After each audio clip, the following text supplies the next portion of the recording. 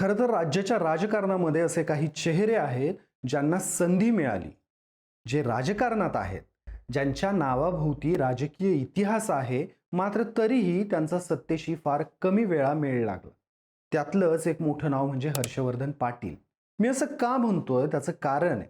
कारण ज्यावेळी राज्यामध्ये महाविकास आघाडीचं सरकार होतं, त्यावेळी हेच हर्षवर्धन पाटील राज्याचे सहकार मंत्री होते. तत्कालीन काँग्रेसमधील हर्षवर्धन पाटील हे प्रभावी नाव होतं. हर्षवर्धन पाटलांना घराण्याचा राजकीय वारसा होता आणि असं म्हटलं जायचं की हर्षवर्धन पाटील हे मुख्यमंत्री पदाच्या शर्यतीतला चेहरा आहेत. मात्र हे सगळं राजकारण करत असतानाच हर्षवर्धन पाटलांचा कायम संघर्ष झाला तो पवार कुटुंबाशी.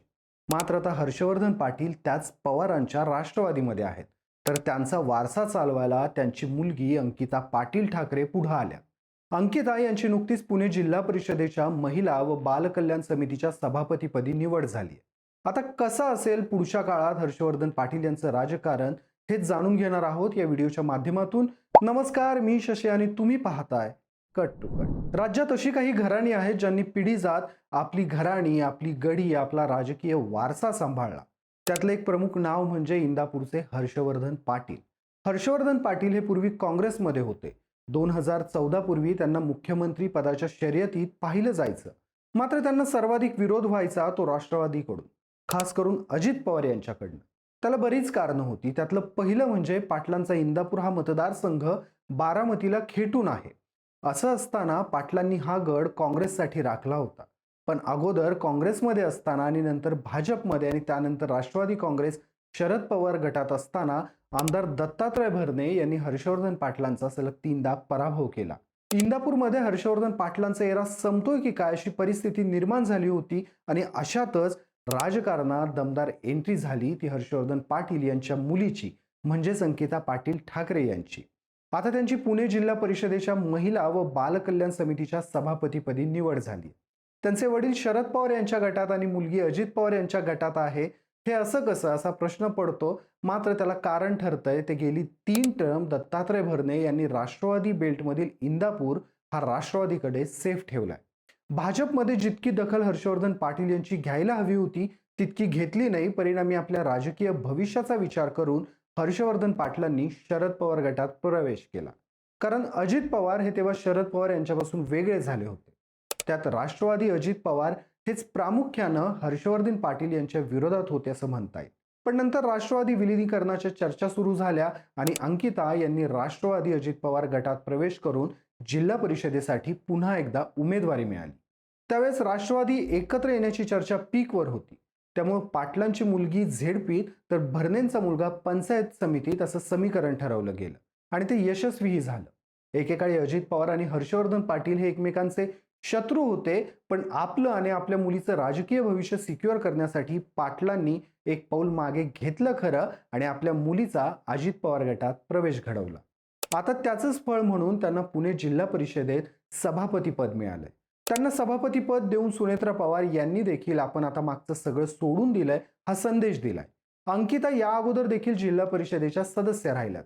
अगोदर त्या काँग्रेस राष्ट्रवादी काँग्रेस आघाडीच्या उमेदवार होत्या आणि गंमत म्हणजे काँग्रेस राष्ट्रवादी आघाडीच्या जिल्हा परिषदेच्या उमेदवार राहिलेल्या, काँग्रेसच्या सदस्य राहिलेल्या अंकिता यांनी आपल्या वडिलांच्या आमदारकीसाठी भाजपचा प्रचार केलेला.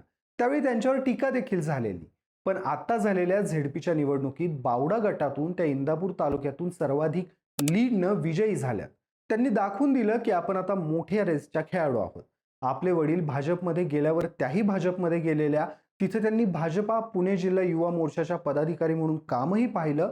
पण नंतर वडिलांच्या पाठोपाठ त्याही राष्ट्रवादीकडे वळाल्या. खरं अंकिता यांचा विजय हा फक्त अंकिता यांचा विजय नव्हता किंवा त्यांना मिळालेलं सभापतीपद हे फक्त त्यांच्या पुरतं नव्हतं, तर त्यामुळं हर्षवर्धन पाटील यांच्या मरगळ आलेल्या राजकीय भवितव्याला मोठा आधारही मिळालाय. आमदारकीनंतर इंदापूर नगर परिषदेत देखील हर्षवर्धन पाटील यांना मोठा झटका बसलेला. त्या पार्श्वभूमीवर अंकिता पाटील यांना मिळालेलं सभापतीपद हे पाटलांना सुखावणार आहे. अंकिता यांच्या बाबतीत बोलायचं झालं तर त्या लंडन स्कूल ऑफ इकॉनॉमिक्समध्ये शिकल्यात. त्यांना जिल्हा परिषदेच्या कामाचा अनुभव देखील आहे. त्यामुळे त्यांचं शिक्षण आणि अनुभव या दोनही गोष्टींचा मेळ होऊन त्याचा फायदा सभापती पदाला होईल. त्यांच्या खासगी आयुष्याबाबत बोलायचं झालं तर त्यांनी निहार ठाकरेंसोबत लग्न केलं. निहार ठाकरे हे बिंदू माधव ठाकरे यांचे पुत्र, तर उद्धव ठाकरे जयदेव ठाकरे यांचे सख्खे आणि राज ठाकरे यांचे चुलत पुतणे आहेत. भाजपच्या युवा मोर्चाच्या पदाधिकारी असताना त्यांनी बारामतीवर विशेष लक्ष दिलं होतं. त्याच दरम्यान राष्ट्रवादीमध्ये फूट पडलेली होती आणि भाजपकडून खासदारकीला सुप्रिया सुळेंच्या विरोधात अंकिता पाटील असतील अशा वावड्याही उठल्या. पण पुढे सुनेत्रा पवार यात सुप्रिया सुळे यांच्या विरोधात उभ्या राहिल्या. थोडक्यात ठाकरेंची सून असलेल्या हर्षवर्धन पाटलांच्या कन्या अंकिता या आता हर्षवर्धन पाटलांचा राजकीय वारसदार म्हणून पुढे मार्गक्रमण करताना पाहायला मिळत आहेत. त्यांच्या माध्यमातून पुणे जिल्ह्यात एक नवीन युवा नेतृत्व पुढे येत आहे असंही म्हणता येईल. तुम्हाला या सगळ्यांबद्दल काय वाटतं? अंकिता पाटलांच्या माध्यमातून हर्षवर्धन पाटलांना चांगले दिवस आलेत का? हर्षवर्धन पाटील यांच्यानंतर तालुक्यासोबतच राज्याच्या राजकारणात अंकिता आपलं अस्तित्व उभारतील का? त्यांच्या शिक्षणाचा आणि त्यांना मिळालेल्या पदाचा एकत्र मेळ खात त्याचा समाजाला उपयोग होईल का? जिल्ह्यातील महिला आणि बालकांची स्थिती त्यांच्याकडे सभापती पद गेल्यानं सुधारेल का? मला कमेंट करून नक्की सांगा. व्हिडिओ आवडला असल्यास व्हिडिओला लाईक करा, शेअर करा आणि कट टू कटला सबस्क्राईब करायला विसरू नका.